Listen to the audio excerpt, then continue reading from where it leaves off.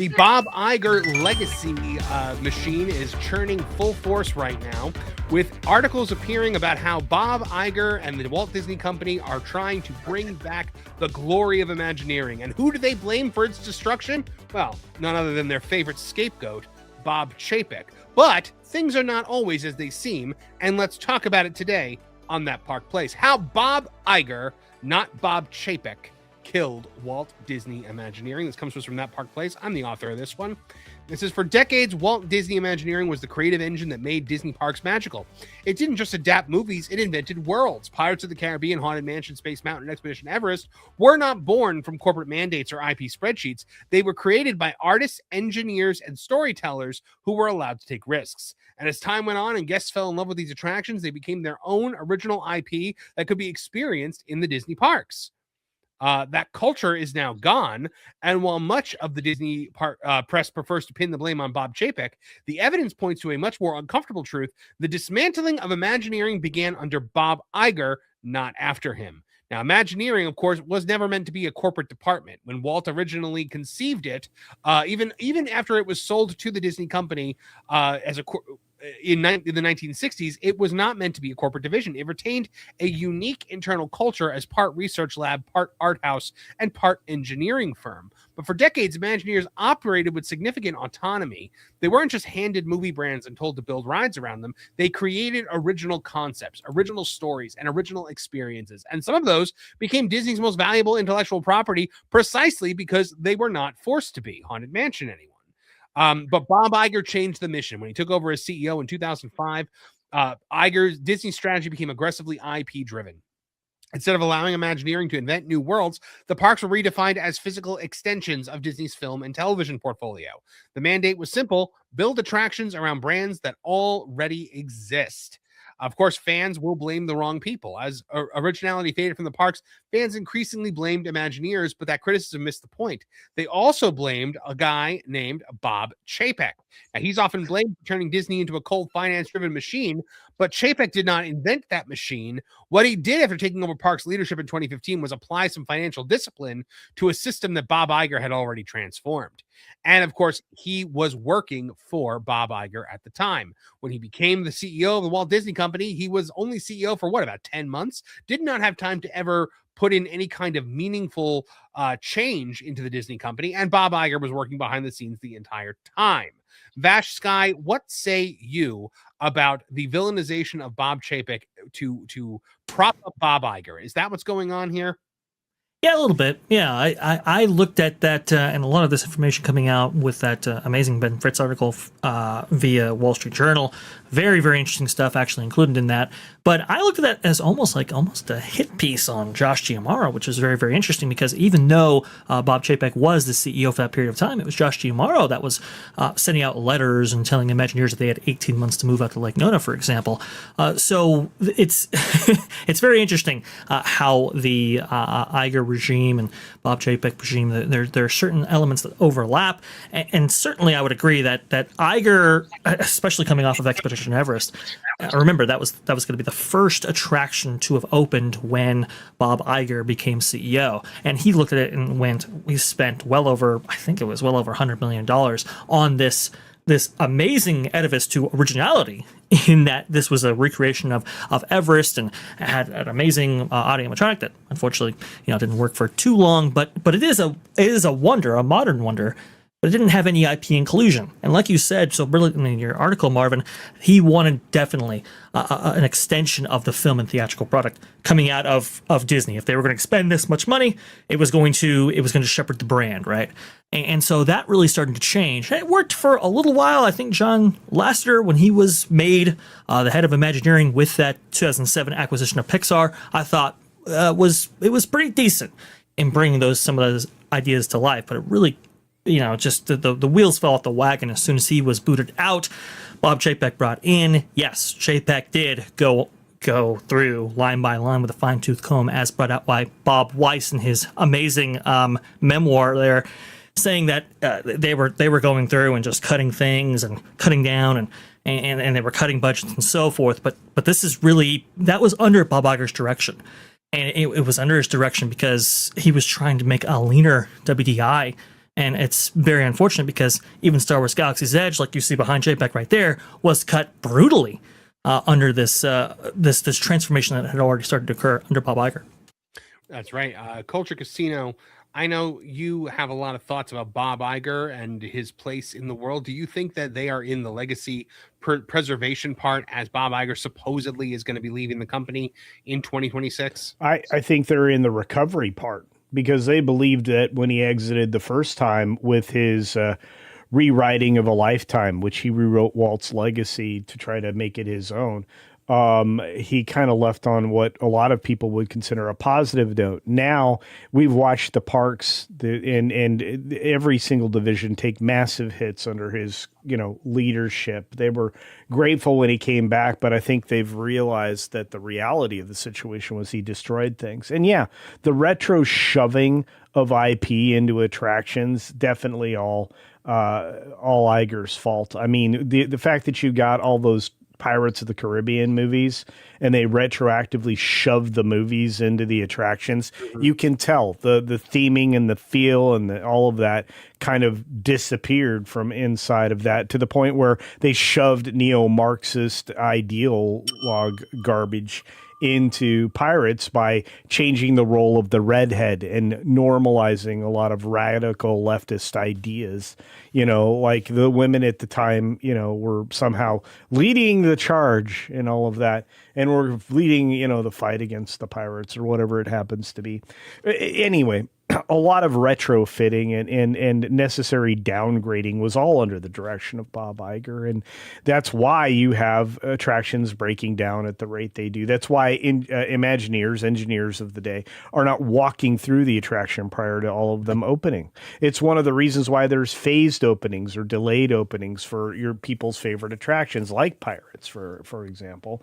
Something that, people should have just got to work an hour earlier. It's not like anybody ever exits Disneyland or Magic Kingdom at all. It's completely empty. It never is. There's people there working throughout the night. You have custodial crews. You have the street crew. You have people working throughout the evening. Horticulture gets there at retarded o'clock, like at 3 a.m. or whatever, to replace plants and put in new flowers and change Mickey's face, in front of the train station. All these people are working throughout the day and the night to make your experience the best. Well, Iger's like, well, we're spending too much money on giving people the best experience. We're going to spend as little money as we possibly can. And third shift practically, not completely, but practically disappeared. And look, all of this is a broader conversation. And again, it comes from my days of being so closely tied to a lot of this stuff that I'm not the only person in my family that has, memories that are now compromised by this man specifically. Not Chapek, although he wasn't much help. But to me, he's just like the stand-in or the new guy for Pressler, who was the complete garbage-tastic retail guy that we all grew to hate. Iger is the guy you should throw all your hate at. He's the reason Disney sucks now.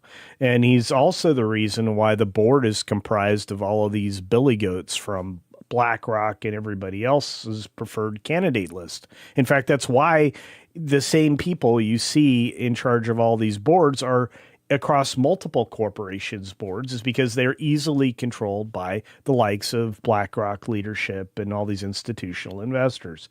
Your money, if you're an investor in any kind of fund, is being misused by these people to, enrich themselves and not to the betterment and the opportunity of spending to increase your finances. Most of them are basically survival and profit-taking mode. And that's where Iger's at. Mm-hmm. I could go on forever here, so I'll shut up. I think we have lost in the Bob Iger era is something that defined the golden age of Disney parks, and that was the park-specific characters. Erica, we used to get a lot of amazing park-specific characters coming out of WDI, out of Walt Disney Imagineering. Things people like the Pirate Auctioneer, or people like the like Figment, or Trader Sam, people like that. Do you think that Disney could still get away with creating new characters today, or do you think they have to remain IP driven in order to remain competitive? Oh man, that's a loaded question. I would, I As long guess as you there's don't two talk ways about to look. Marxism, there- fine. There's two ways to look at it. On the one hand, you could look at it from the perspective that uh, Imagineering has been cut so much, and the talent pool just isn't there. They don't have the ability to really pull off being creative. Then there's the other perspective that from the leadership, from the top of the company, restricts Imagineering and the creativity, or it's both, and it's to their absolute demise all around. But they better figure it out and get it together because their competition isn't waiting. That's correct. They're definitely not. And now, to be fair, Universal is doing all IP related stuff right now as well. But at That's the same time, different.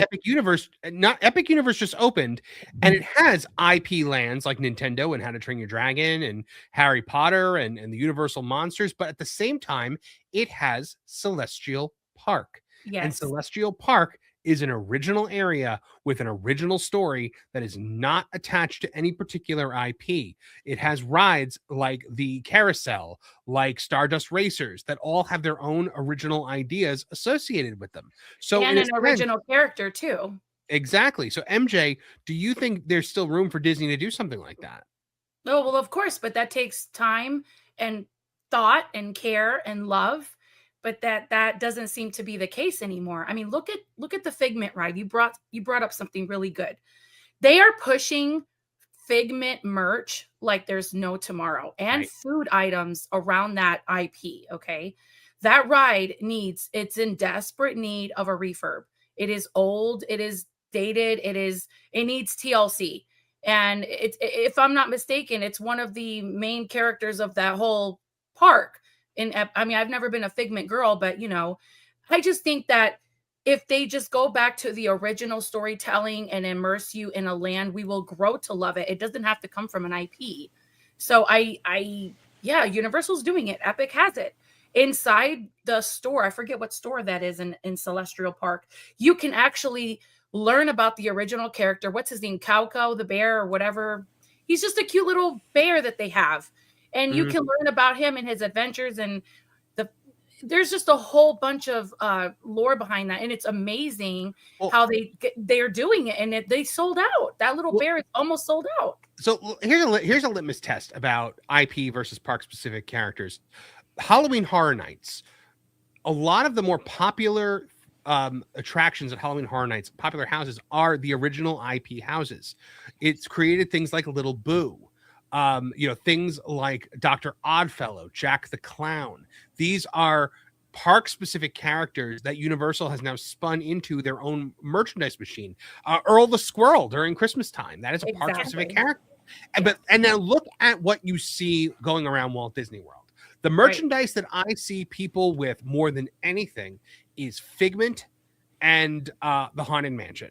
Two park specific IPs. And yes, they did try to turn the Haunted Mansion into a movie unsuccessfully, but the twice. Yeah. But look, I mean, it's the park specific IPs that I think people kept coming back for. But they've destroyed that as well. I mean, honestly, they had an IP in the Troll that was taken away from Norway back when Norway meant something, before they invented Elsa and whatever her name is, Playland bologna sausage ride, right? And they lost the original themed bear for Epcot, right? Which actually only survives now in Japan.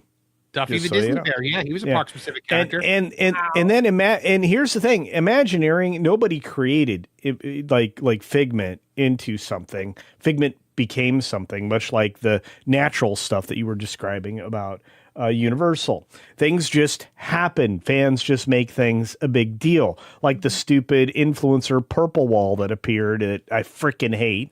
Now they try to do things and make them go viral for Disney now, instead of them just happening. The purple wall was there for, a character background, not for any other reason. Anyway, back to imagination. But see, if you wanted to recreate the joy and the immersiveness and what the journey into imagination actually was supposed to be, you'd have to replace the 1/3 of the ride that they took out and destroyed. You'd have to recreate the ride system that made that one of the most unique experiences that you could have. Disney does quote unquote necessary downgrades all the time. You just aren't paying attention. World of Motion was vastly superior to Test Track. Yeah, you get to go 60 miles an hour in and get pelted by raindrops or hail or whatever's going on outside if you're unfortunate at that speed, which does not, feel lovely. It doesn't tickle. But, it's just that was a necessary downgrade from World of Motion, vastly superior. You lost Horizon, which was an original Epcot attraction. That was 22 minutes or something, if I remember correctly, on the most unique film presentation screens you'll ever find and individual choose your own adventure opportunities. But again, nothing is a bigger loss than the descent in Spaceship Earth, which is still a black curtain of doom where you experience a not much better than your cheapest kids tablet, backache because they didn't have time to replace or come up with new ideas and animatronics to feature on the descent. So you have this man. What happened? It happened. Did your anger just short out your own microphone? It did. Oh no, he's down. No, Which park has original storytelling and original characters out of This all park. the Disney, out of all the parks?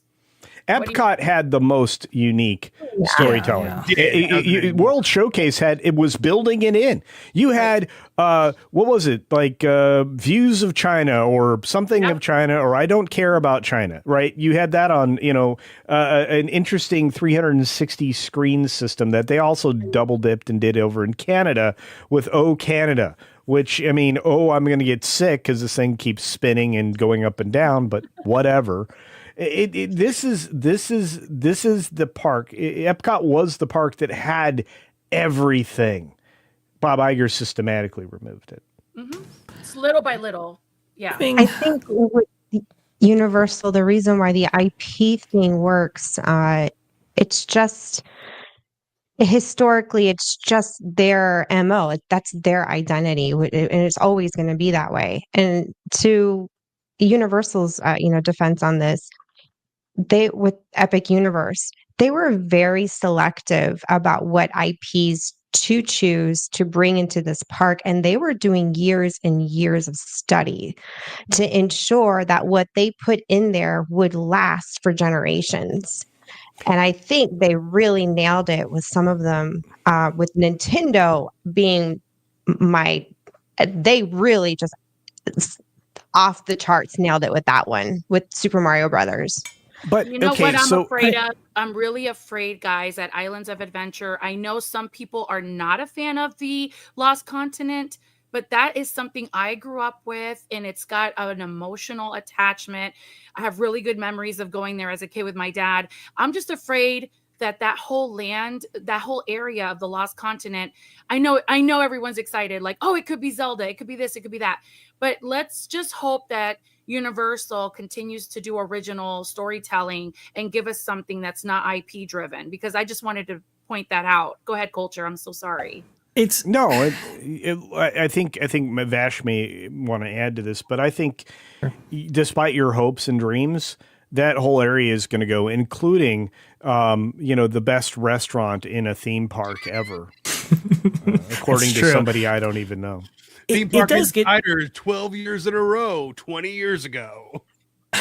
There's an interesting thought process, because once these budgets get high enough, right? I mean, like, for example, Magical Creature Motorbike Adventure over there at Harry Potter at Islands of Adventure, That is, I think, a $350 million plus attraction. And so when you look at these higher budgets and you go, well, this has obviously got to be a hit. You have corporations who are low risk or risk averse in general, and so it's like, okay, theme it to an IP in order to ensure its success. I understand that thought processy, but it was really profound because even in this Wall Street Journal article going over all of these things, it was Barbara Boza coming from Gensler of all places, suggesting that, hey, when are we going to do original IP?